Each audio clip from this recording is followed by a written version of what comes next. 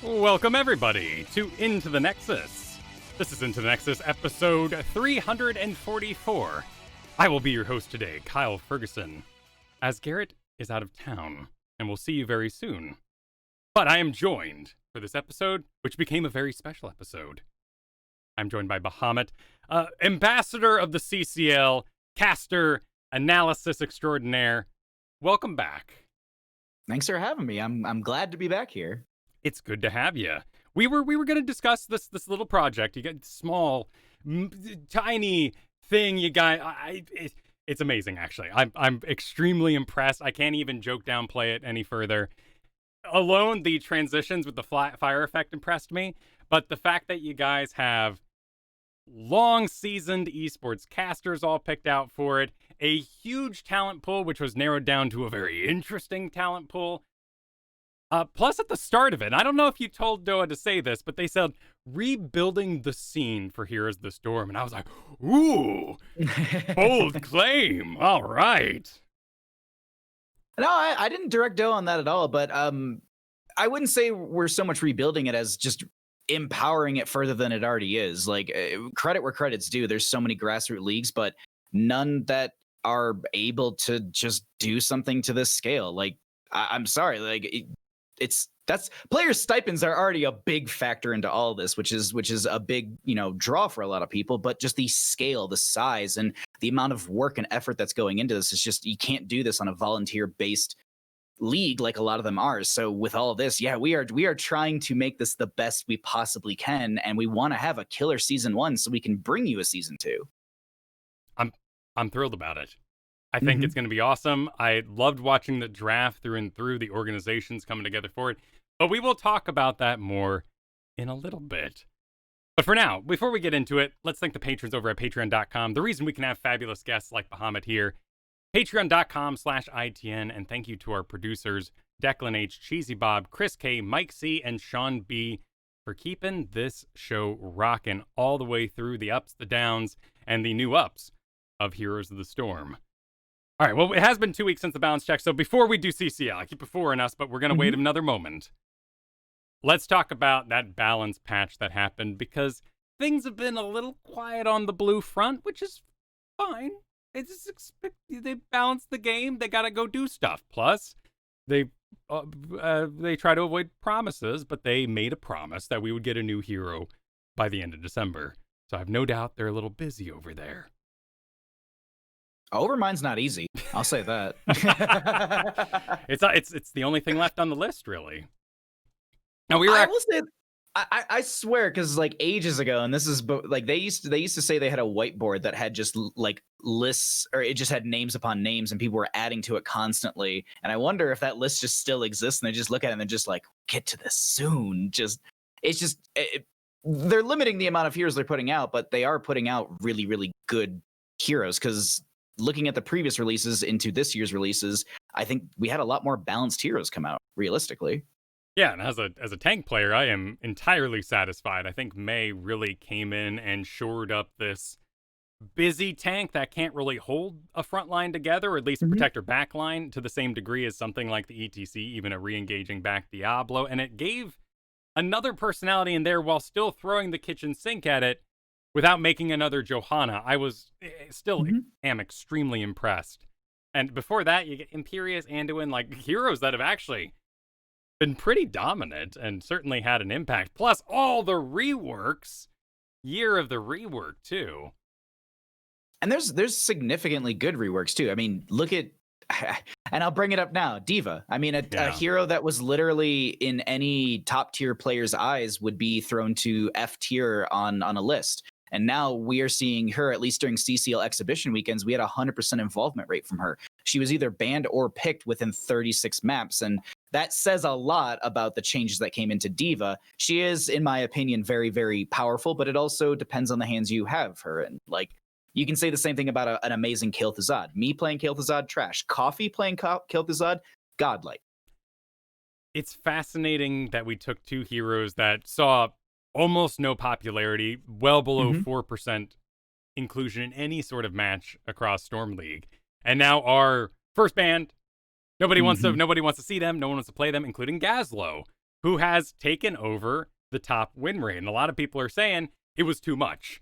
He jumped up by 8%, almost 9% with the buffs he received. And he just needed a little numbers tweak, certainly not the massive one he received. I like the attempt, or not the attempt, but I like the direction they took this in, because typically I think we have a lot of adjustments that come into Heroes that are very light-handed. ETC Encore is a very good example of this. On PTR, it was 9%, which was like 9.6 seconds. And then they moved it to 8%. It was like 7.2 seconds. And then now we have it at like 5, which is like 6 seconds. So it's a lot of these like small adjustments. And they came into Gazlo, and I think they even noted this in their notes. They said, we wanted to utilize the buffs that we put internally, but we thought they were too powerful. And now they know, yes, those buffs are too powerful, but I think they can take it kind of like the Encore direction, and we can start doing those small little tweaks. We go from 11 maybe to 10.5. We don't have to go all the way down to like a 9 on the volume or anything like that. I think it's just slight adjustments for Gazlo, because an over tweak is just going to throw him back towards the bottom of the tier, in my opinion. Did you see any Gazlo in those tournaments y'all hosted? We did have a Glogan Gazlo, which it gave some clamps. It definitely gave some amazing clamps, and that was a really good game. And then I think it got banned out in the following matchup. So we only got to see one, and I think there was a couple bans onto Gazlo. But I've seen it in some grassroots games. I've seen it in some in-houses before we even had exhibition matches. And this is before he had those adjustments. And Cattle and I think Epic Player at the time were saying that he's pretty all right. And these heavy-handed changes, I see him more and more in people's streams, so definitely a devastating force in the right hand. Is he just too ground-based for heavy professional play? Everything is dodgeable, everything's got a little bit of counterplay to it. I think it's synergy with Gazlo. You need to build around him, and you need to pick a map around him too. A map where he can't set up his turrets and can't really kind of have that priority around an objective phase, he can struggle a little bit. But like a good example of this would be like Tomb of Spider Queen a little bit. Like I feel like you throw him in bottom lane and he sits there. But on Infernal Shrines, he can, you see where the next objective is going to be. You can set up your turrets around there. You can kind of hover in that area, and you have that priority and you have that posture available. So at a top tier, yes, you can dodge a lot of his stuff, but you also have a lot of CC that can set up. You can have a Junkrat steel trap, and then you can throw a explodium charge underneath that, or you have sleep from Mal'Ganis or sleep from Ana. There's a lot of synergies, but I think you have to pair those together, and that's really where Gazlo becomes a horrific, devastating force, is the pairings and the setup that he can get and the setup that he can then play off of. Going down the top win rate list, we next come to Kerrigan, who my understanding is she's still bugged and is getting a freebie level 7 talent. Yeah. So it's not good. Maybe not as good as the win rate suggest if we fix that bug. It might be a little inflated, because it was basically it's percent-based damage to minions, if I'm not mistaken, and you're just getting the ability to clear things faster. And I'd have to double check on this, but I think that would also impact you on Infernal Shrines on the Skeletal Defenders, so you might be able to burn through those quicker. And that's also a map where she's highly popularized on because of, well, her ability to kind of like Sonya solo the objective phase so quickly. So I think it's a little inflated. There might be some people who might be exploiting some features of Heroes of the Storm. Once that gets dialed in, I think she might kind of like level out more towards the middle of the road as expected. It's nice to see her, though. In general, Absolutely. Melee assassins aren't exactly in every game. We had a lot of Kerrigan play in the like first week of exhibition. I think we had to ban her out in the second week, because that's when the nerf came out. It might have been third, not 100%, but either way, what I remember specifically is Nick on Kerrigan. They had this amazing blink Ultralisk into the backline Ana. So I'm excited for CCL, because Nick did get drafted, and when Kerrigan is a little bit more feels like actually playing in the Nexus and not, utilizing new features in the Nexus, I'm hoping to see a lot more Kerrigan play, specifically from Nick. But even jumping around, I know we're talking about CCL and stuff like that, but we have people like Fury who build these compositions where they're highly dive-based, burst-based with these Kerrigans. So I definitely think we're going to be seeing her a lot more, even in CCL, but still even in the Nexus itself. Well, she makes perfect sense in those environments. She's so snappy. She can make a decision so fast and execute upon it. The problem is, as a tank player, there's a high chance I will ruin whatever you're about to do with my own face melts and Diablo pushes and everything else. In fact, that was one of our biggest hurdles in getting Kerrigan online for our NGS team with Breakwood, was the two of us having to coordinate who's doing what when. And then you also got Coffee on the team doing Kel'Thuzad and Alarak business. Everyone would miss everything if we didn't talk. I will say this, and I think that's why the Kerrigan, Uther, Ana is such a popular combo, because you don't really have a lot of anti-synergy. Realistically, your anti-synergy is that you overlap your CC and you're not getting full value out of it. But like, if you're able to Hammer of Justice, Sleep Dart, Kerrigan combo, or you can do the first two in any order. Realistically, if you can layer those very well, that's such a good synergy that doesn't really anti-synergize outside of, as I said, just overlapping CC too much. So if anyone wants to try and run more Kerrigan, I highly recommend get two friends and do Uther, Kerrigan, Ana. Because that's terrifying. Speaking of Uther, he's up. And I've heard people talking about Radiance build, and that it's actually totally super cool. But I also hear that Uther has lost all his power and nerf, so I have no idea where this guy is off to right now. He's still played in the same way, I feel like. I still feel like I see him in the main tank supplementary support role. Well, judging by how many tanks were picked up for some of these games, we're going to see some Uther. Other than that, if we're looking at the top win rates, we got Rexar, Deathwing, which is kind of nice to see Deathwing sort of making a bit of a comeback. Even though he got a little bit of a retool, he still went up with it. And then Mei still hanging out where she is, which I think is perfectly fine, given that she's really, really good at healing herself. And when we deal with all the low leagues in one big snapshot, tanks that can take care of themselves do pretty well. Now, the bottom of the barrel, some of them not even touched by this balance patch. And I gotta go straight to Thrall here. Poor guy, do you know what's going on? Just outclassed, just kind of rotten on the vine, maybe? Not updated recently enough to keep up? I don't know, because I don't think he's a bad hero whatsoever. He seems fine. He's a great off-tank. He has amazing percent-based abilities. I love having him. Do you know what it might be? Excuse me, 1 second. All right, sorry about that. I didn't want to just cough on the mic. You're good. So the one thing that I've been seeing more and more is actually Thrall's picking up Crash Lightning. And not like, oh, it's 1 or 2, but I've seen it like in 4 games at least in the last month. So that's just weird, because I rarely see it. So maybe it's just Thralls are being picked up and they're being played differently. Maybe that's it, because that's the only thing I can really think of. I have seen some Thralls move away from the Echo of the Elements and more towards the Rolling Thunder at level 1 for that 1v1. But I wonder if it's a mispick. Like, I wonder if people are seeing top tier players take that, but they're not realizing that people are taking Rolling Thunder for specific 1v1 matchups because it's percent-based damage off your autos that you heal off of. So like Rolling Thunder into Deathwing is great because you're getting percent-based damage off of their total health pool and you're getting healing from that as well. But most people, I feel like they'll take that because it's popular and they're just 1v1ing into Urel or, it's like Malthael or something that's not going to get that much value. So I just don't know. Maybe it's the playstyle isn't as defined as it used to be. That's my only kind of thought on the matter from what I've seen in competitive grassroots and my own experience. Yeah, I do wonder if, not necessarily that our games are shorter. There hasn't been any sort of issue with that. But I wonder what maybe the Gladiator's Medallion's done to Roots. And Thrall losing, because it's such a setup. Thrall usually out near that front. Tank is dealing with some other stuff, doing peeling. But Thrall's like this guy. And they go for it. They start what will be a CC chain, and it breaks off before it begins. And his win rate plummets. I think that could be a possibility. Sundering might be mitigated too much, and people are afraid of taking it because of the medallion. So they take Earthquake, and it's just not getting the Frostwolf resilient procs that they need to sustain during a fight.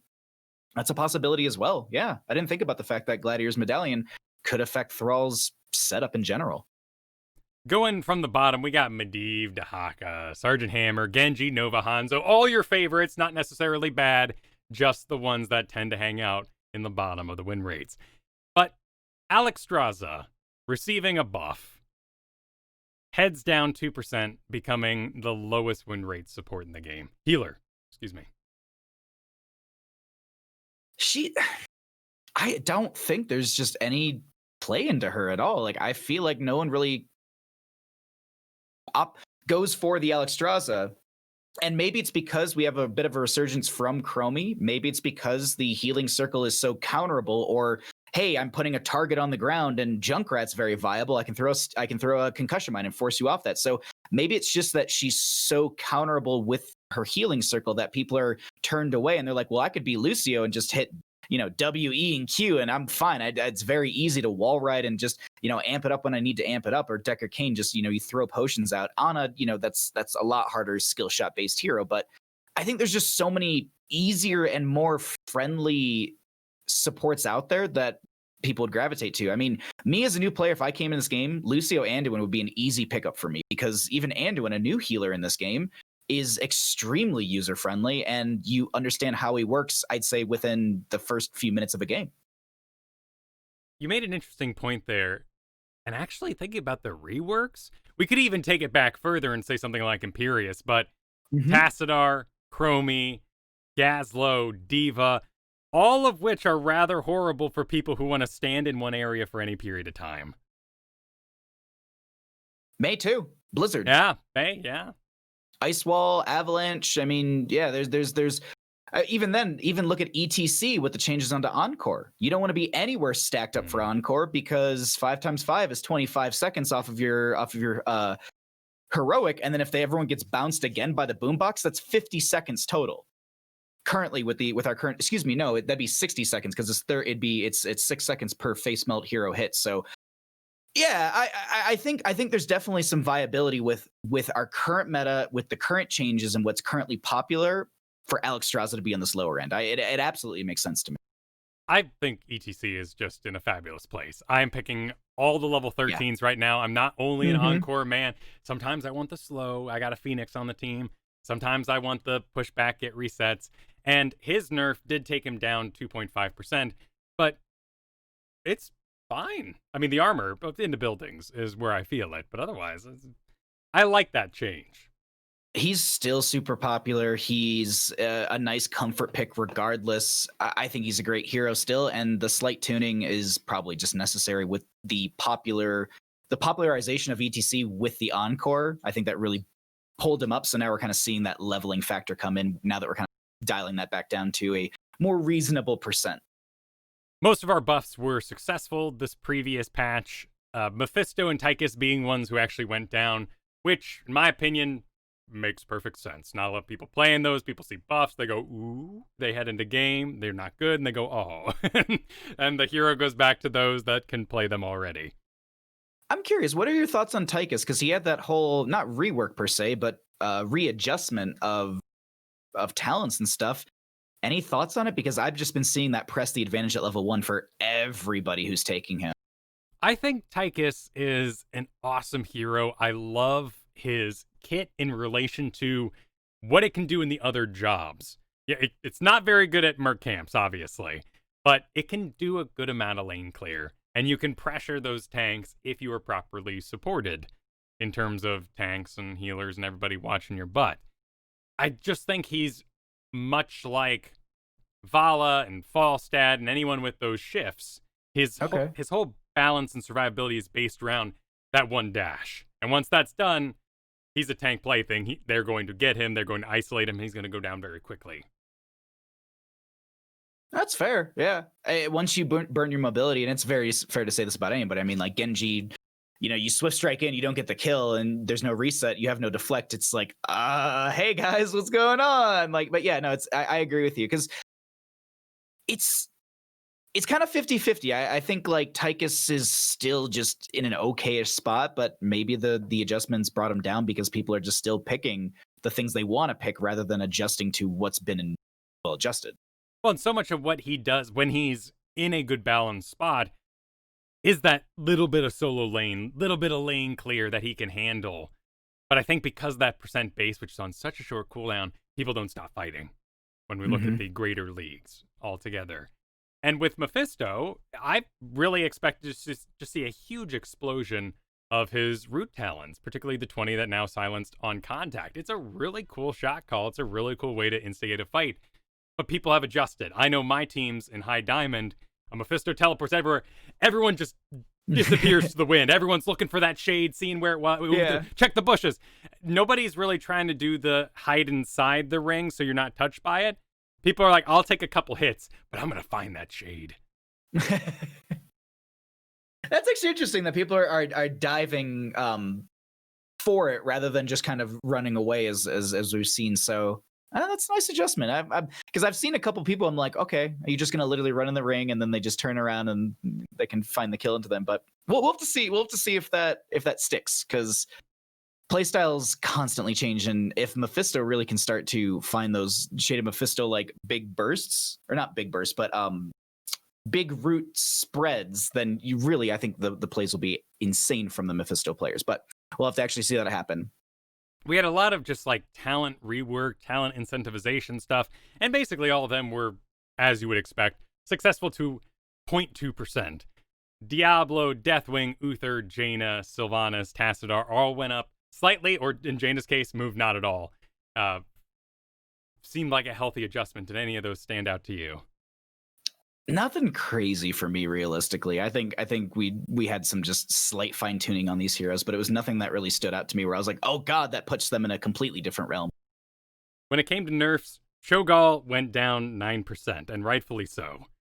Wait, no, you're shaking your head. Were you not ready for that? Rightfully so. I know you're a bit of a Cho'Gall fan. You, as a caster, I'm physically upset that they would nerf Gall as hard as they did. Really? Because it's the, and this is also just me because I'm a Gall player, but they nerfed basically what was the most popular talents on the Dread Orb, which is, you get the cooldown reduction, you get the damage increase, or that's not the right order, but then you get the Leaden Orb, which has that big stun. And I think the stun was nerfed. Like everything that was fun within that build right there was nerfed and pulled down. A couple people to me said that like he still plays the same, but like I like this 9% speaks volumes to me, and I'm just sad by it. That's all. It is extreme given that player base is very dedicated. It's not one of these like the Tychus where we can say, well, people became curious. No, it was a nerf. It's not like anyone was like, whoa, Cho'Gall got nerfed? I can't wait to play that. Let's start it up today.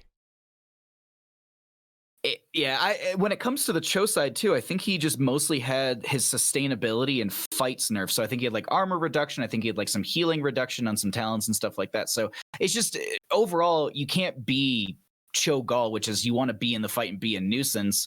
And maybe they're just trying to force us to play more towards what is Cho'Gall, which is a late game type hero. Maybe the talents need to go back towards, our runic bomb blast sort build and being able to just constantly heal off the minion wave and heal off of heroes around us and auto attack heal and stuff. So maybe just the talent diversity has to be revisited again. But at least with me, they took away my favorite build, and that's why I'm just upset about that. It was turbo oppressive when losing. It was awful. It was awful to lose against fun as hell to play. Oh, I'm sure you're just walking anywhere you want. You don't care about buildings. You don't care about heroes. It was an impressive display. Mm-hmm. Where do you land on the Honor Grenade business? Because she did go down 2.6%. She was first pick. She was definitely one of those early bans and still is. But people are all trying to solve the puzzle of the grenade. And if we can find a place where it's just happier. I believe it was tuned down, if I'm not mistaken, correct? So it was just like the healing buff was tuned down, the healing debuff was tuned down as well. So the duration of it. So we're still at 100%, but it doesn't last quite as long. I think that's a good direction to take it in. I would have leaned one way or the other. You either go duration or you go percent based, and that was kind of the argument that I used to make with when ETC Encore came out. I was sitting there and I was just like, we need to find a happier medium with this cooldown reduction, or it needs to not have, you can either have the face melt cooldown reduction from the face melt, but not the boom bot. Like there had to be one or the other. And I think this is a good direction to take it in, because duration is one thing in Heroes of the Storm, percent's another, and duration in a team fight speaks volumes. A 2-second root versus a 1-second root are it can spell absolute disaster for an entire team. Like a good example of this is actually Medallion versus Malthiel's level 13, I think it is, where he can self-cleanse. That's a 1 second self-cleanse versus a 2 second. And a 2 second in a match I was casting, there was 3 forms of CC that hit Malthiel, and that 1 extra second allowed him to miss the other 2 forms of CC that would have killed him. So I think the duration is a good direction to take it in. Percent would have really just kind of, it's like, cool, it's all right. So it's just a little bit of percent change. But I think the duration's the right call, Mike. Huh. I wonder if that talent, like, with Gladiator's Medallion, went up in win rate because now everyone goes, I know what a second feels like. Just wait. All right, fire. And then he keeps going. Keeps getting that unstoppable. I've always liked it. It's got a cool flavor on it that it removes the various marks around you, so you're a little exposed or have to at least reapply them if you want to continue to teleport around. Yeah, it's a popular talent that I've seen even more pop. It's like Urel with Seraphim at level 20. I mean, you basically have 2 self cleanses, and then if you go Hand of Freedom, you've got more, and the Urel things, as we all know. Well, and speaking of Urel, she did go down a little bit as we continue to mess with that level 1 talent and try to decide what we're going to do with the overall kit, which does feel like it's kind of pushing her towards some rework territory. Urel is just such a beast, honestly. It's just hard to talk positive or negative about her because it's the same thing I said about Devo or Gazlo earlier. In the right hands, like a Vespertine, it's a god. In the hands of my own, I can push people around, but I'm not going to be able to casually 1v4 pop my not a holy. I can't think of Avenging Wrath. No. Ardent Defender, the healing thing? I was completely blanking on the heroic, but yes. So you literally pop Ardent Defender, 1v4, pop your Hand of Freedom, mount up with Divine Steed, and run out of there. I literally saw Vesper do this in Season 2 of CCL. It was absolutely insane. So it's such a hard hero to be like, they're good, they're bad. They're just kind of like, oh, it's Urel. The only failed nerf, if you want to call it that, was Imperius, who went up by almost 1%, probably because those non-true Imperiuses left, and we were left with the good ones, I guess. But I am curious if the Sammy and Tracer nerfs, which both did about 2%, 3% respectively, I wonder if those are maybe people getting ready for y'all's tournament. Those are high-class, busy heroes that can be oppressive.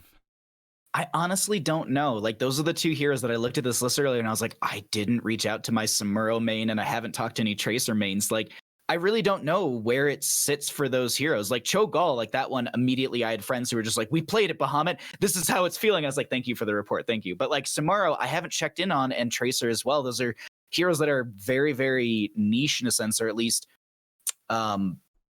it comes down to the actual players who are grabbing them. Like a Zergling, you see that, you're like, cool, Zergling might grab it. Monkey, they're going to grab it, Samuro. Or you see Lutano, it's like, cool, we might see a Tracer. But it just, ever since we had these changes, we didn't get to see any of those in CCL or even in my own game. So I don't know.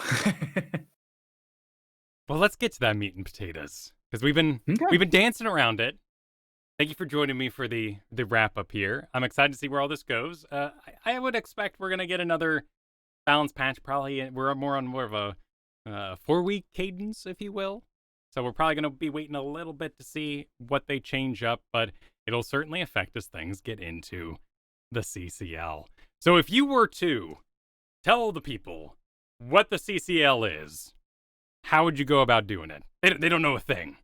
Oh God, that's a mouthful right there. The easiest way to say this is the Heroes CCL is an initiative put forward by HeroesHearth, and the goal was to, well, put more into the Heroes of the Storm esports scene. We have our grassroots league that we all literally respect. We love them. We acknowledge them. We worked with them. They've worked with us as well. But we want to take the scene to the next level that we possibly can. So the CCL has player stipends per player. We have 8 organizations who drafted 6 players each. And I know you're saying Bahamut, Heroes of the Storm, has 5 players in it. Yes, that's why we're a little bit more unique. We have 6-player rosters where these players can be rotated in and out freely. So you could have a game where you have June and Hyde playing on the same team together, and they're running this double support, and they're just, the next game they could swap in a different player from their roster. So there's a lot of uniqueness with this,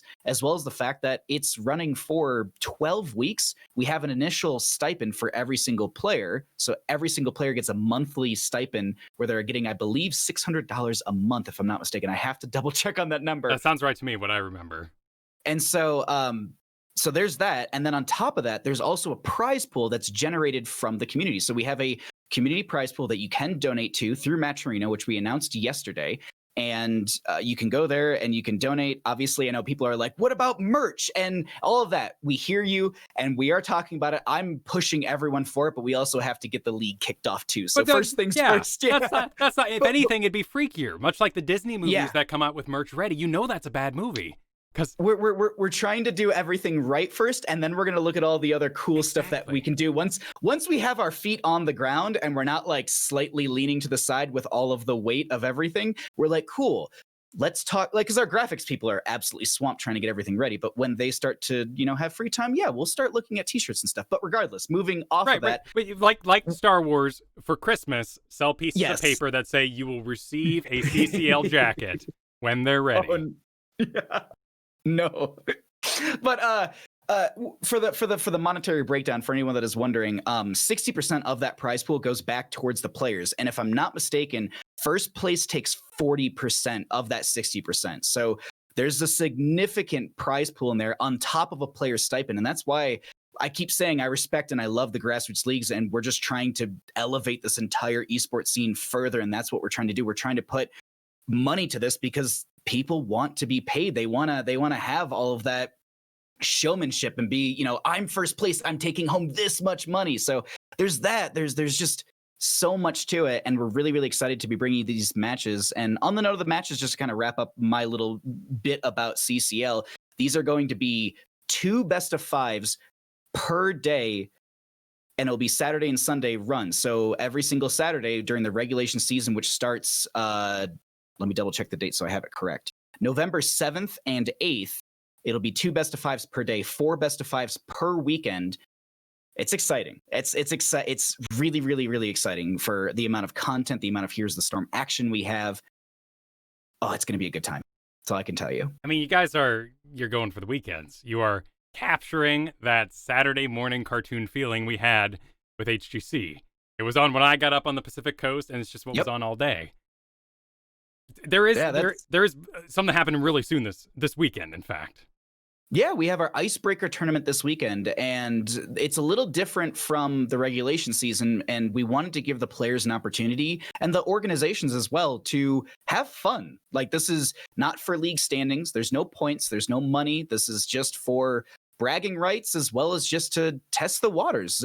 If a team feels like, a good example is there was one of the round robin phases. I want to say it was for like one of the last HGCs at BlizzCon, and I remember there's an interview with one of the, I want to say it was Gen G players, and they were running like a Butcher, and they won the game with Butcher. And in the interview, they were like, we haven't even shown anything we've prepped for this tournament. So while people can come in and try things, there's also people who can come in and say, or players, excuse me, and they can be like, we just want to just have fun. We're not going to show a single thing that we have prepped because we already believe that we're better than you. And these are going to be a best of 3s as well. So we've got a lot of good content, because Saturday's going to be 4 best of 3s, and Sunday will be 2 best of 3s and a best of 5 grand finals. All for bragging rights, just to get things going. All for bragging rights to get things going. A lot of people are saying that I should make a bandit trophy, and I might try and do something like that. But we'll see. We'll see. I might try and make some sort of meme to give to the organization so they can have something to brag about. And we'll see. I mean, maybe season 2 rolls around. We have another Icebreaker. The winner of that, they have to pass it on to the new winner. Who knows? That's true. But a little haphazard, maybe some hot glue hanging off it and whatnot. It's messy, but it really symbolizes that this is just for fun. It's just a bunch of pine cones hot glued together. Yeah, but you have to upkeep it because it's going to be passed around on the next CCL. Not to get ahead of you guys. Not to get ahead of you guys. No, I'm already writing an email to Workhorse about this, and I just need like $4 to go to the craft store. Perfect. One question I have about the 6-player roster: are you guys drafting in game? Do they know ahead of time who all the players are? Okay. Yes, we did. We talked to the organizations about this because it was one of the things that we talked with them very, very early on, is just how they wanted this to work. And we all agreed unanimously. Like, even when we proposed this, we said, how do you want this to work? And it's going to function this right. The lobby will start for, let's say, Infernal Shrines. It'll be map number 1. You've got your core 5 Chili Mountain roster going up, your core 5 Sidestep Kings. I'm looking at the list right now. So let's just say Mysticles and Hyde are not playing from those 2 teams. So that's game number 1. Chili Mountain wins it. So Sidestep Kings opt for map pick priority. They choose to take us to Cursed Hollow. Let's say at this time when the lobby is being made, that is when they can swap in a new player on both sides. And they don't have to technically say anything, if I'm not mistaken.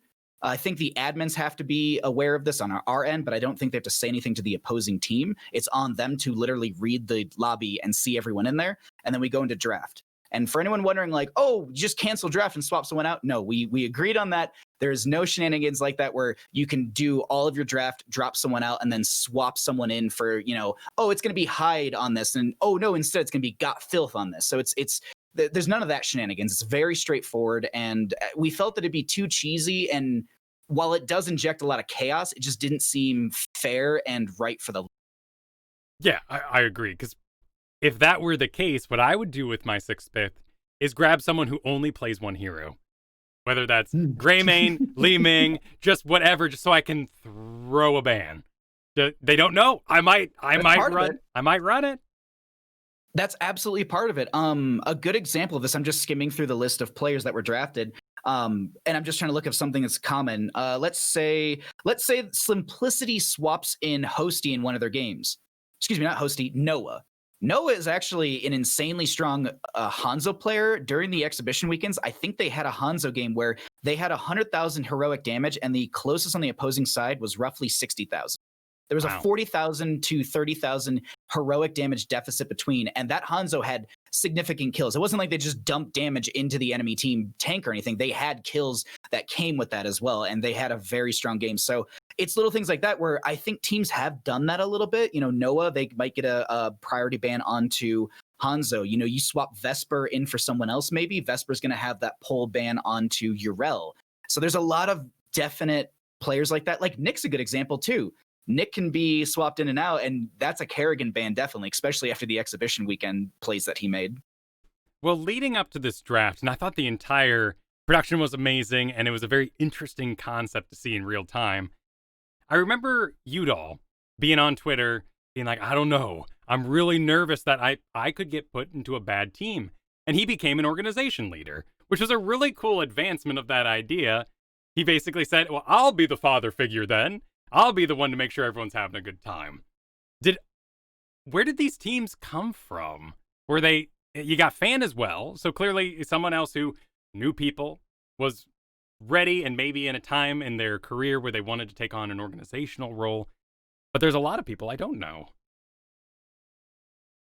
Well, I guess my question to you is what would you like to know about them? Yeah, that's what I can offer. Yeah, where did I'm aware of Chili Mountain, and they run their various organizations and their tournaments, but like, where did these various organizations come from? Where'd you find them? Sorry, okay, I misunderstood the question. Now I get you. So what happened is for the actual organizations, we put out before I think the player apps went out like a little bit after the org apps, and what we did was we just collected information. We had, I think, over 40 organizations apply, and specifically Jules, Brasky, and Workhorse sat down with every single one of them and did an interview. And then I would actually watch a lot of the VODs. Like, I'd be working and doing drafting for my main job, and I'd just have a VOD on, and I'd be listening to what the interview questions are, and we just vetted them that way. We asked about what their goals were, what they want to do for the players, what they have planned, like just all of this stuff.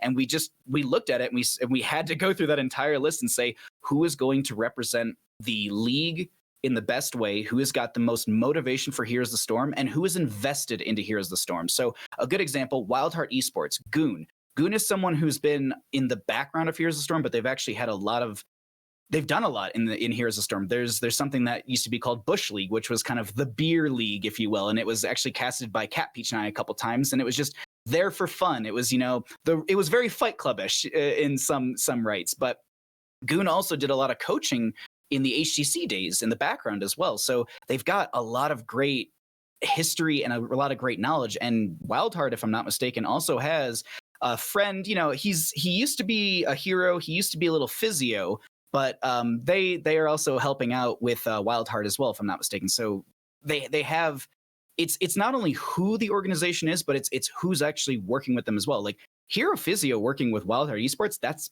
massive for an organization, if I'm not mistaken. So it's a lot of those little things, and it's also people who are in the community. We all know Michael Udall, we all know Fan, and a lot of us know Turk, but in all seriousness, Turk had one of the top interviews, in my opinion. Like, Turk was prepared. He had answers for everything. He had directions. So it's a lot of that. It was just, we sat there and we interviewed everyone and we looked and said, who wants to do this and who's going to be able to put the most into this and who deserves a shot. And so that's how we ended up getting all of our organizations. And it was a wild time, but definitely a lot of amazing, invested, very, very just great people in general. Like, I can't talk highly enough about all of that. I know there are a couple names thrown around in the draft too that most of them have a coach already picked out. Granite Gaming has Bad Benny. Yeah. Like they had Bad Benny locked in, I want to say a month ago. So yeah, it's crazy. Like, I think Chile Mountains already got theirs. I'm trying to think. I think Crowd Control might have one. I'm not 100%. I think Wildheart does as well.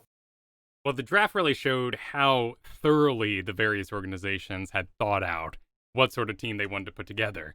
And it wasn't a surprise, but I was noticing just how many teams led with a tank pick. It makes sense to me. And that was actually made sense to Doa, Grubby, and I when we were casting this, or when we were talking about it during the actual draft show. The first literal 4 picks were Fury Cattle, Justing, and Lobber. It's hard to honestly argue against those decisions. Like, I looked at the first round picks and I'm just like, yeah, this makes sense to me.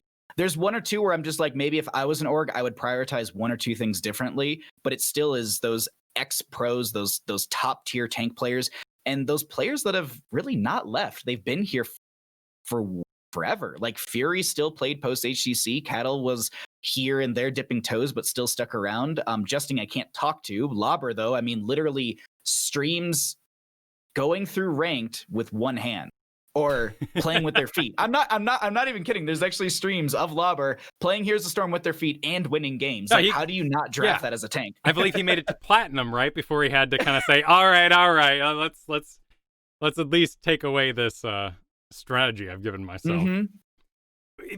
The other half of the teams, though, still picked experienced people. Everybody wanted someone experienced, but it was interesting that, like, Hasuabs, Prismatic, Nick were all more based around the idea that they were so good, or they were so aggressive, or so pick-getting, that we could build a team around them, and they're basically shot callers in the fact that they're assassinating so hard.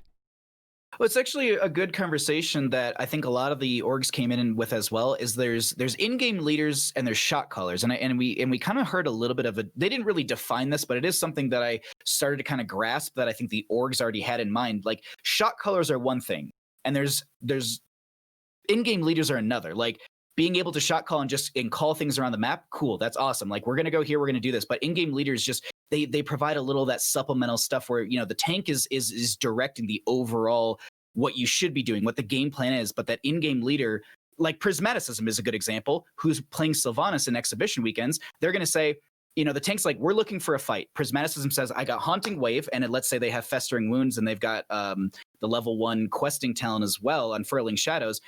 Hearing that means that the entire team knows, all right, our damage is going in, and that's a very good in-game leader. So I like this because they also, in talking to Oxygen Esports Draft, they picked up Red Robot, who's an amazing community main tank, and they're a great shot caller as well. So I think there's a lot of the synergies between in-game leader and shot caller that we're seeing blended in these teams and these drafts.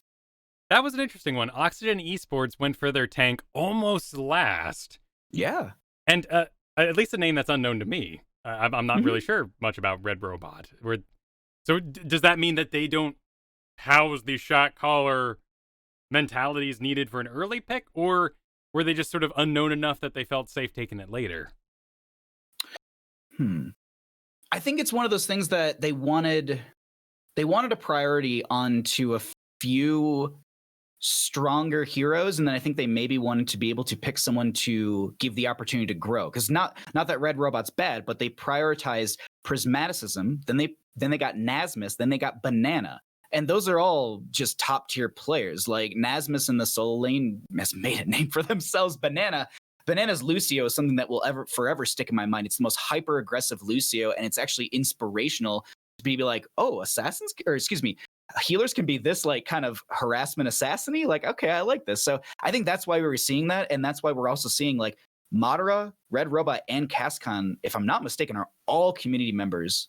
And I really like Oxygen's direction with that. They're picking up strong players that can amplify and teach and help these community members, or I don't want to say it.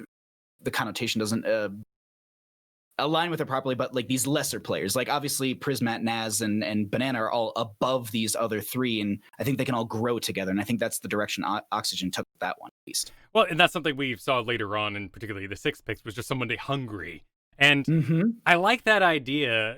It reminds me of something they do here in Oregon hospitals, which is they have the doctors and then the doctors in training all inhabiting one facility. So that the higher up doctors don't lose their curiosity and their passion for what they're exploring. And I can see why you get all these old pros together. They've got all their old ideas.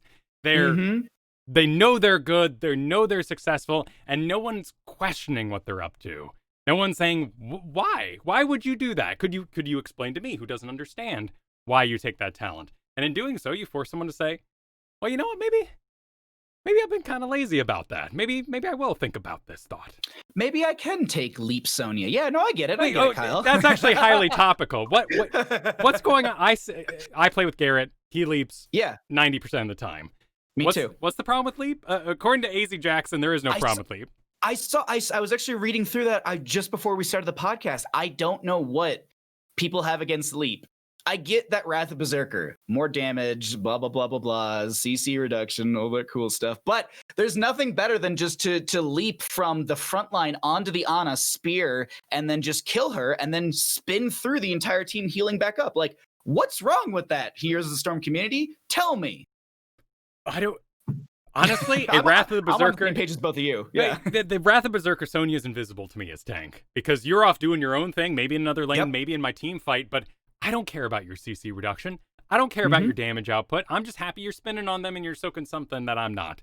But Leap, I'm like, all right, Sonya, get in there. Thanks for helping out. I really appreciate the Kael'thas delete. I'm on the same page as you. Like, there's been a couple Sonyas who go Poison Spear, and I'm sitting there like, yeah, here we go. And then it's just like, Wrath of Berserker, I'm like, I hate you. I'm not casting your team again. No, I agree with you. Like, I get why people don't take Leap. I absolutely get the whole things, but I think you said that exactly. Like, some people are just like, cool, you pop Wrath, whatever. I'm still just going to walk into your backline. I really don't care. So it's... Here's my 2 cents to the community. Just take Leap and offset all the numbers so that the devs have to look at why it's being prioritized. That's it. There we go. Just force it through the community. You're right. If you pick Leap, upload to your community websites like Heroes Profile and Hotslogs, and make sure you are accounted for in those systems. John, aside. Okay. the standout one that wasn't really a shot caller in their actions or a aggressive player who wasn't a tank in the first place that the team could be built around was Cure. And Cure was listed as a solo lane player. So why would a team lead with their solo lane?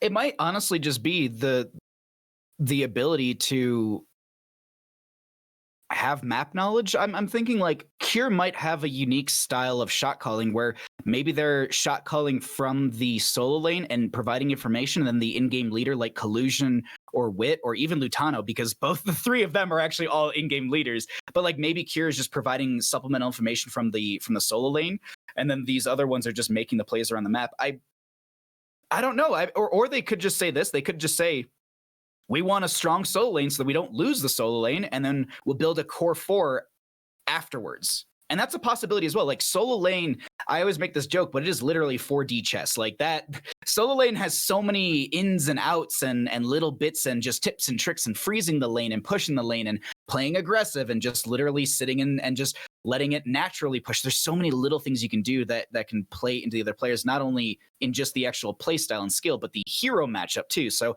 I think Cure's knowledge of the solo lane is really what they wanted. And then they were just going to build a really strong rest of the composition. And they absolutely did within, Lutano, Wit, Collusion, Hosty, and Noah.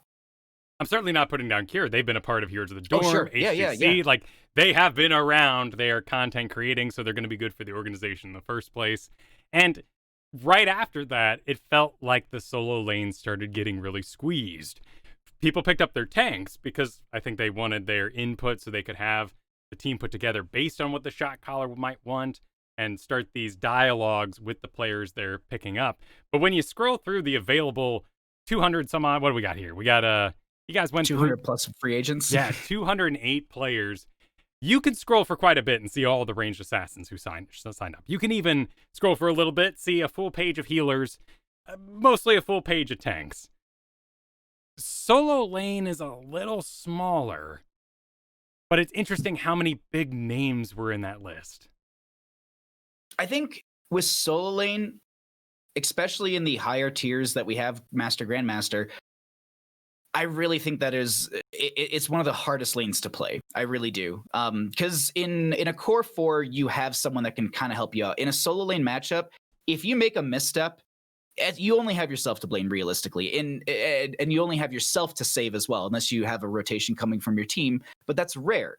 And so my whole point stands in this. Let's say you're in the core 4, you got an Anduin healer, you're Greymane, you dive in too deep and you think you can get the kill on the Li Ming, but she blinks away because you thought she already used it, but she got a reset or whatever. You're now too far away.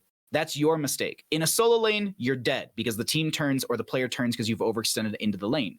In a core 4, Anduin pulls you with Leap of Faith, Ana throws a Sleep Dart, you have Stuke off a Flaying Swipe or Lurking Arm. There's a lot of utility. So I think the solo lane, picking up someone that knows how to play it, someone who's experienced in it and knows the matchups is a high priority. And that's why I think we're seeing a lot of round 2 picks on the solo lane. But that Cure one, I think that's the reason we saw the priority so early for simplicity. It is interesting, too, how late most healer picks were in that regard. It looks like Crowd Control even saved their final pick for the support role, healer. I'm still looking at June and I'm thinking about Grubby's comment, which was sidestep Kings picks June, and then June walks in the room and Grubby just goes, what if you didn't pick June? What if someone else grabbed June beforehand and you didn't get your roommate? He'd be like, it was awkward, but it didn't happen. It's like, well, true, but that's so nerve-wracking. But I think it can be the same thing a little bit like what I said about solo lane, but I think it's less of a priority because everyone has their own idea of what they want to grab, and there are so many good healer players to actually draft that I don't think it was as limited. I think the limited was very, very experienced and skilled tanks and very, very experienced and skilled solo lane players as well. And then I think the kind of the sprinkling on top of that was just grabbing some sort of assassin player that is in that realm as well. A good example is Lauber being stolen literally by Crowd Control because we had Granite Gaming come on screen like as the next pick in the draft. And Joy just goes, well, our first pick was stolen away from us, so we're going to grab Nick. So yeah, it's a lot of that little stuff. So I think there was priority onto very, very experienced people. And that's when the supports weren't, they kind of fell to the side because I think there was a lot more priority onto these playmaking roles, if you will. That makes perfect sense. And certainly as a team, I don't want to worry about my solo lane. That is, it's such a weird fallacy because I need someone amazing, but I don't really want to hear from you unless you're going to join the fight. Like I've been in situations where they're like, X is on cooldown. I'm like, thanks up there.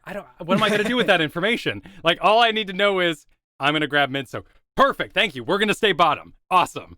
I'm going to rotate for a fight.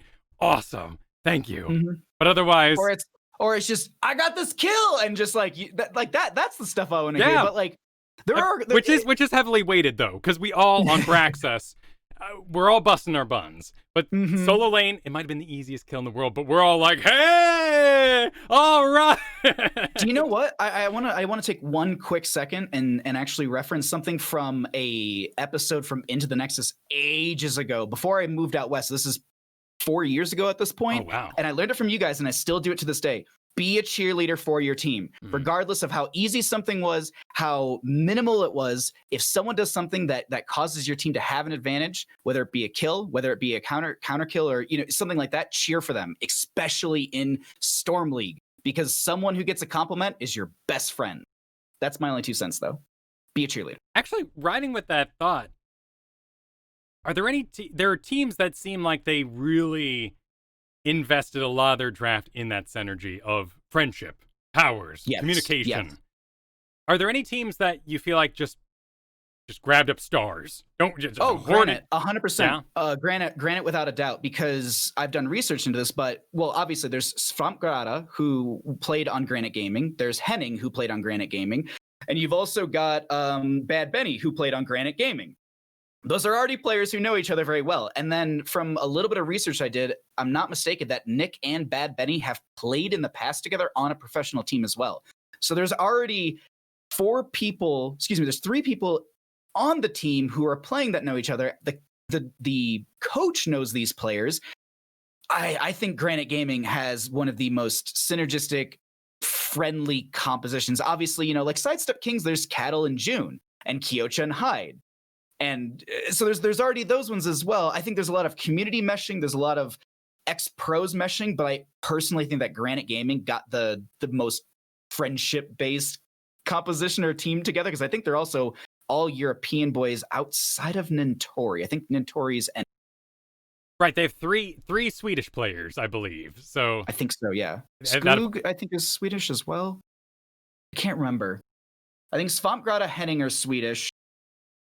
I think Nick's German. Yeah, Nick's German. I think Skog is the other Swedish one. But either way, there's also going to be verbal communication benefits from that as well.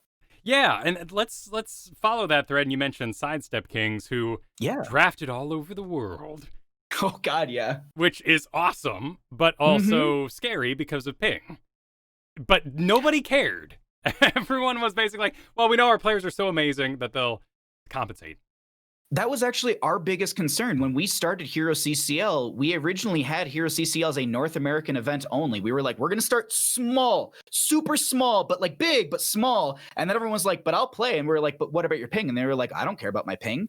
And then all of us were like, oh, the orgs are going to care about the ping. And then literally we get into the draft, and every single org we talked to and we asked, and Sidestep Kings was one of them. We're like, do you care about ping? They're like, nah, we watch them in in-houses. They're fine. So apparently that's not an issue.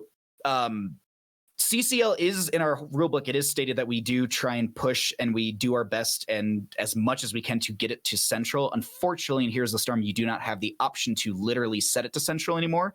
It's just, it throws you. The weird thing, I live more west than LA, and I get more Central than some people. But like Cattle, for example, will typically get west, and he lives like greater LA area. So I personally have a thought that at least when it comes to like Storm League and stuff, I think there might be some sort of consideration into your actual rank into the region that it puts you into. But that's my own tinfoil theory on that. Whoa, are you saying that like West is better than East or more skill? No, I'm saying if you're a high tier player, you'll get a priority to the server based on your location. So if I was still if I let's say I was Grandmaster Bahamut, and I still lived in Michigan, I still lived in Detroit, I would maybe get priority into Central. Or if I was the same thing, but I lived in Tahoe like I do, which is the West Coast, I would get West servers. But that's just my tinfoil theory on is that your rank has a little bit of a priority in your games. It would make sense. If there was a headquarters, and I've seen pictures of the Overwatch headquarters, that thing is awesome with all the screens and everything they have going on. It looks like NASA. They see all the servers, little waves going. I saw the room through a window once. But I wasn't allowed to go in because art was on the wall of the new heroes at the time, so they didn't want to see any of that. But I love the idea that they're like, we got a Gold League Nazebo, and they're like, he doesn't need good ping. Put him Put him on West Coast. Send him to Korea. Send him to Korea. It's But fine. he's in Florida. Send him to Korea. Brazil needs games. Send the Nazebo to Brazil. Yeah. He'll be fine. The toes can still bounce. They'll hit somebody eventually. Continuing this thought, if you were to assign a personality to each team, let's go with Chili Mountain. What sort of team did they build? Oh God. Because you got Fury, who I'm familiar with. I think they honestly built around Fury. Yeah, I think they really that did. way. And this is gonna be Fury's terrifying time. Like it's just gonna be like Fury's gonna come out and be like, all right, boys, we're gonna start out with main tank Uther, who's playing Ana. We need a Kerrigan, and I mean their draft they can absolutely do it. Like Make can easily do it. Dark Chimera can easily play the Ana right there. I think Chili Mountain. It's going to be a fun team where I think we're going to see a little bit of weird science happen, I guess you could say. Yeah, quick picks, but they're all little combo-y in a don't do it at home way. Yeah, I think like Dark Mock could be doing some unique stuff, and yeah, looking at the team though, I think they're gonna try and do a lot of unique and weird stuff, especially because Fury really likes to do unique and weird stuff. Wild Heart Esports. Honestly, they're probably the most undervalued team in CCL. Like I was saying it before the draft even happened. I think that they're going to be one of the underdogs of the league, and I think that they're going to really make a name for themselves. And I think they got a great draft with a lot of fun players. Also, I think it's the only team that drafted two. No. Chili Mountain did as well. The team that drafted two solo lanes and two supports as well. I'm just now realizing it. They only have technically one assassin assigned player, but I'm sure they got a bit of a flex in there with a few. Yeah, I wouldn't be surprised if any high rank healer players haven't dabbled in assassin and other roles in order to get up the Storm League and whatnot. But do you know anything about Unaverted? I'm not very familiar with this player. It looks like they're Unaverted, set to carry. That's it's range assassin community player. They've just done grassroots league stuff, if I'm not mistaken. They might have been around for Open Division in the race that everyone was going for that. I think they might have played in some of those games, but I can't 100% recall because it was like 2 years at this point. Sure. But they're definitely, they've been around. They're a strong player. For some reason, Greymane stands out to me for them, but that can be said for a lot of players as well. Crowd Control. It sounded like they just want to live up to their name. Honestly, with Turk's direction, yes, they literally were just like, oh yeah, we just want to have this crazy CC composition. Also, to note, one of the only teams to draft. Nope, as I was about to say it, they were actually another team. Granite Gaming grabbed two tank players, but Crowd Control actually grabbed two tank players fairly early on. I think this is also a little bit of direction from Lauber too. I think there was like Crowd Control. I know for a fact. In their interview, they're like the one-to-one interview I did with Turk, he was saying is like, the moment I draft someone, I'm pulling them into comms with me. So we're literally going to build the team together. So all of this is like players asking for certain things. So it's crazy. It's crazy that like Heavy though got to the end. Like that's the one weird thing for me is that they literally left their healers at the end, like you noted beforehand, and they went for a community healer in that Heavy, which nothing against them, actually everything towards them. They're an amazing healer. I've casted them a ton of times. And they've got an awesome healer pool that just stands out, and I'm excited to see them take their shot at this. That sounds like the strategy, a valuable unknown, perhaps, that you were able to save for late. So who's the wild card sitting out then? Because you got the healer last, you got a melee assassin, which is pretty rare for anyone in this tournament. About 8 people or so listed themselves as a melee assassin main, and you got the double tanks. Who do you not run here? I just assume because of the name and Turk's excitement that there will always be 2 tanks, even if one is Uther. I feel like you're right in that. I feel like we might see just like this massive frontline, just mega hyper carry on one. I don't know. I really like. I keep looking at this and I'm like the possibilities for Crowd Control's like drafts on actual competition days are going to be very interesting and a little wild, I think. And the wild card in all of this is probably going to be Rutzo and Crowd Control. I think they're going to be the most unique because I think they're listed as flex. I might be wrong in that. let's see. Melee DPS for them. Oh, it is melee DPS. Yeah. Okay, sorry. So, but which could mean flex, because honestly, they have about 3 viable heroes. And I won't say which ones, just so everyone thinks it's there. So we'll just kind of leave that nebulous. But the melee pool has shrunk as we've increased the bruiser pool. Simplicity. Did they remake Simplicity? I'm actually, hold on, I need to look this up actually, because I don't know.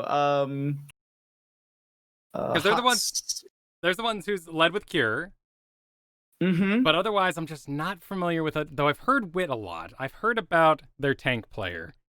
So just we'll run through this really quickly. Former squad for Simplicity, and it looks like this was the last squad they had, was Justing, Buds, Goku, Draded, and Tomster. Okay.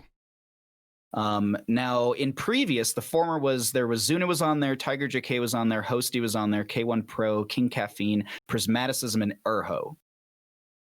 Oh, so they actually kind of lost some of their picks. They may have been going for it, but all those were pretty valuable. I think they could have. If I'm not mistaken, because I was on their Liquipedia site, so it's public information, so I don't think I'm leaking anything. And it might just be out of date, but if I saw that correct, Yuge might be their actual coach. It might be a past information that because I closed the tab, but it might be showing that Yuge is actually the coach for Simplicity. So if that is true, that's actually crazy cool as well. Because I think there's going to be synergies from a few of those players with that coach as well. 30K, which in draft, their personality looks like the team that Mike Udall built, because it's very explosive. Oh, it is. It's just a lot of wild firing from the side, jumping over the walls, ranged assassins. I think you asked me at the start of this, like, if I could associate like a theme or something with each org. 30K would just be an exploding emote. That's all it is. It's just I think they are a bursty. They have got a lot of really good heroes, and I was saying this actually in a video we put out today. Sidestep Kings and 30K are neck and neck for the number 1 spot. I really can't put one over the other. I really don't know. It constantly is just like, well, it's this, well, it's this, well, it's this. So like, I don't 100% know who I put over the other, but 30K has an insane roster. And the big note from me specifically is Breakwood. One of the many community members that I keep mentioning got their shot at this, and they're going to be coming in here as well. And Breakwood, a strong ranged assassin with really, really good really good plays during the exhibition weekends. I think there was actually a losing game they had where they still had just insane damage output and very low deaths. Like I hope this isn't rude to say, but it's like they weren't the reason they lost, but they definitely fought back against the enemy team really, really well. Hey, you'll find no arguments in Breakwood Amazing here, because she was part of my NGS and Heroes Lounge team. And I loved working with her. She's off to the CCL, so our team has left. We have disbanded because the shoes were so big to fill. After 5 months of practice together, we just went, this is going to take a whole restructuring. We can't in one weekend just say, all right, see you, team captain Breakwood. Thanks for everything. Well, we'll find someone to replace you. No big deal. She's amazing. She has a huge hero pool. Oh, yeah. And her Li Ming, of course, being the main feature, as well as the Kerrigan and everything else.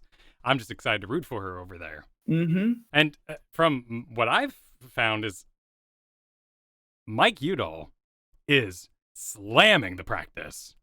He is working them to the bone. They made him and Turk made a bet after the draft show, because I was like jumping, like I was doing post stats after the draft show, and I was jumping around different people's streams just to see what they were saying, because it was obviously the draft, blah blah. People were celebrating, and Turk came into Udall's stream and was just like, they were just like talking to each other, and then eventually Udall was just like, I bet you 10 gifted subs my team beats yours in a best of 5 scrim. And so they scheduled it, and that's literally happening. So nice. that is something that I'm excited to check out myself. But yeah, it's on the note of scrims, and you're saying that, Udall's hitting it hard. That makes sense. But the one thing I also want to point out here is that I love that it's creating new content. It's creating all of these things that we can all watch and we can all be excited for, and it amps up this entire. And this is all just in preparation for the Icebreaker tournament. Like, they're literally doing scrims the week before and placing bets because they're already this competitive. I see these things, I read these things, and all I can do is smile and be excited for the CCL coming season. I'm just happy subs are the the currency being exchanged here. What a wild world we ended up living in. Who would have thought Thoughtbot and Alakazam websites would all lead to this in the end? Oh my goodness. The final, we already mentioned a little bit of Sidestep Kings and talked about Granite Gaming. Oxygen Esports. What do they got? I got Prismaticism. That's a big one for me. And we talked about this a little bit beforehand. Prismaticism, Nasmus, Banana. Those are all amazing, really well experienced players. And they have Madra, Red Robot, and Cascon, which I think are a little bit more on the newer blood, the young bloods, if you will. And the old guard is, I think, going to teach them a few things. And you mentioned earlier, I think these young boys are gonna come in here and be like, well, have you thought about running this? And they're just like, no, that doesn't. Wait a minute. So there's a possibility for it. I think Oxygen has, looking at literally this kind of divide, I think they've got a lot of growth and already.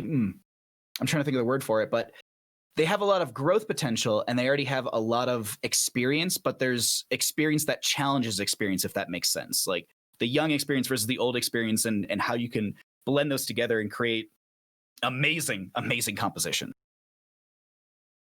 Good rundown. I like that.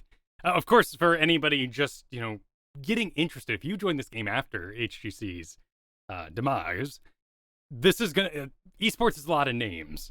But I hope this segment, the show, kind of gave you some curiosities. At least you might recognize the name we talked about. And certainly the organizations are probably going to be the easiest thing to follow since these will be set going into the tournament. Now, I do want to note one really quick thing on just all of that. We want you all to know that, like, Blizzard's not involved in this. We literally had to go to Blizzard to get a tournament license to do this. They know that we're doing it. They're like, cool, do it. But we have asked. We've asked about launchers. We've asked about tweets and stuff like that. This is Hero CCL presented by Roll20. This is no Blizzard involvement. So we just want to make sure that you all understand. It's like the pricing. It's not coming from them.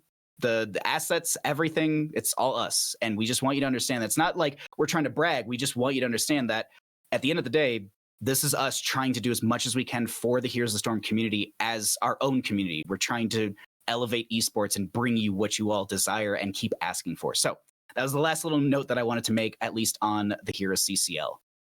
That's a very important note, and I think that is the safest way to go about it right now. There has been a lot of fear of getting Blizzard involved, and once as they've shown in the past, sometimes they put a toe in that water, and then they let the whole body fall in and ride the slide down. There would be fears at this point if Blizzard was heavily supporting or heavily involved. That doesn't mean we wouldn't all love to see a little launcher action, a little bit of, retweet and hosting on the Twitch page, but I like that you guys are pioneering without them. It means you get to be your own thing and control of your own thing.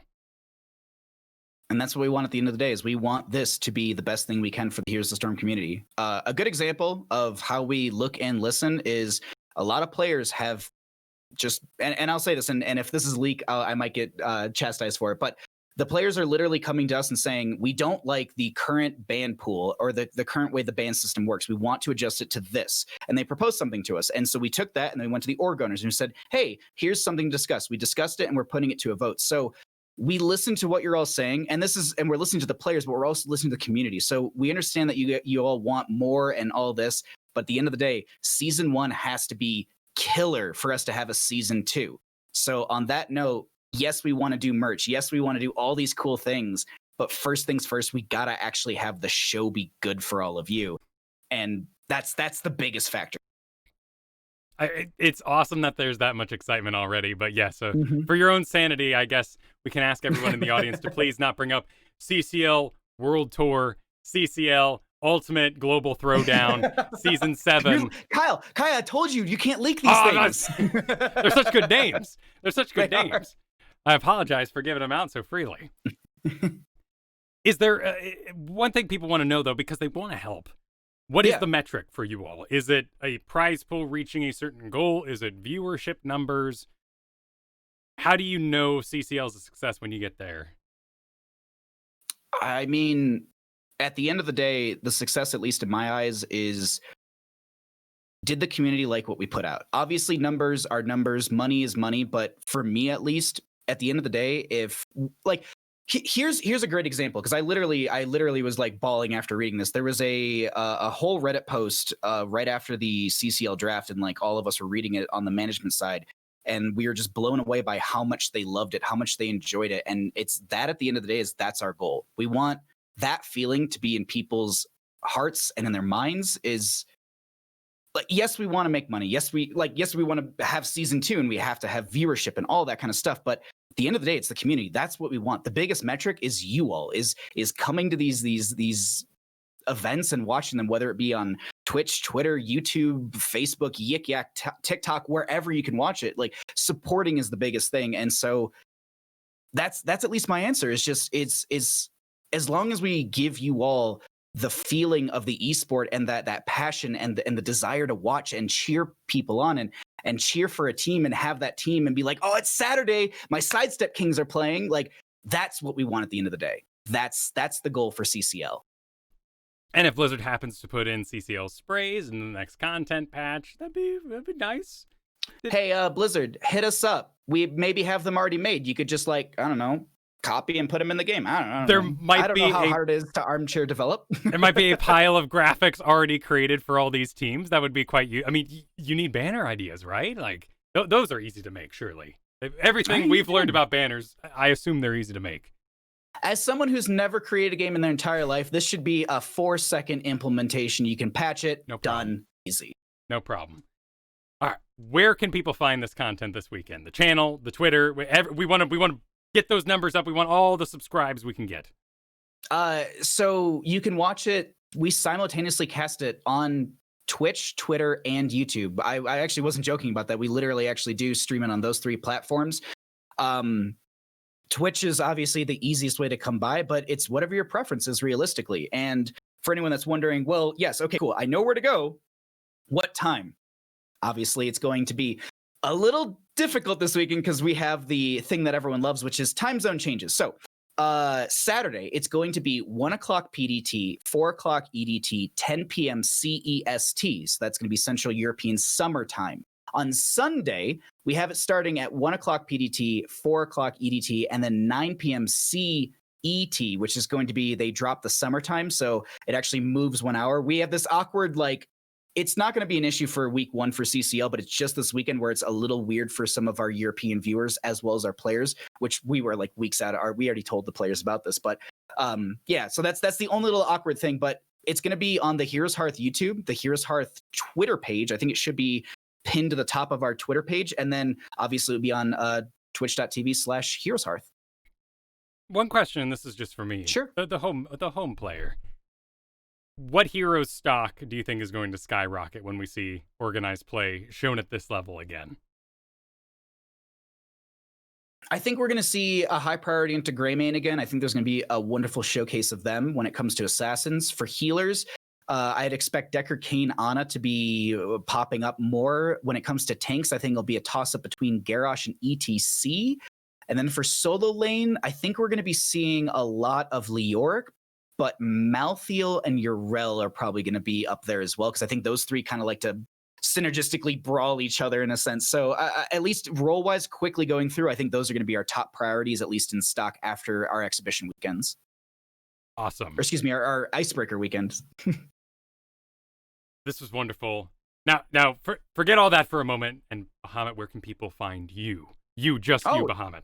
Easy enough. You can find me Twitch, Twitter, and YouTube at Bahamut Gaming. I do a lot of Here's the Storm content. I love this game. I love the community. I love all of you. And that's all I like to do. You also did fabulous oil paintings this past weekend, which I enjoyed. Yeah. I have a monthly sub goal, and if I hit it, I do a Baja Ross, and I have a little afro that I put on, nice. And we follow along with a Bob Ross episode, and it's a 20-minute episode, and they average take me 3 hours to do, but as people are telling me, I do an okay bang up job. You did a really good job. That was really good. So those are fun. Yeah, we got one of those coming in November. And as a little side note, I actually hit my Falstead sub goal, so we have a Falstead cosplay stream coming, and then we also hit our Decker Kane cosplay goal. So we're going to be doing a Decker Kane cosplay stream, and it's not going to be just me like pulling my beard down and putting powder on it. Like I have a friend who does moulage or like movie makeup. So they're going to do like scarring and stuff like that. So yeah, it's supposed to look pretty good. So I'm excited for those ones. They'll be like November, December when those come out. But yeah, it's little things like that as we just do a lot of Heroes of Storm stuff. Awesome. Well, I always enjoyed having you cast our matches, and signups for Heroes Lounge are coming up real fast, so we'll be around. I'm excited to talk about it. I'm going to keep playing that organized stuff. I really, really enjoy it. Before I end, one more shout out to the patrons over at patreon.com/ITN. Thank you to our producers, Declan H, Cheesy Bob, Chris K, Mike C, Sean B. T-shirts are available at t-shirts.amovetv. Coffee mugs and glasses are available over at etched.amovetv. Catch the live show every Thursday at noon Pacific time, most of the time. When we have guests, we're pretty good about it. When we don't have guests, Garrett and I we play the video game, so we run a little late. Follow the show over on Twitter at ITNcast. And thank you to Gorath and Brian Griffith for the music, which I'm going to hit right now. You can find me over at twitch.tv/Kyle Fergusson. I'll see y'all next week. Bye now. Bye-bye.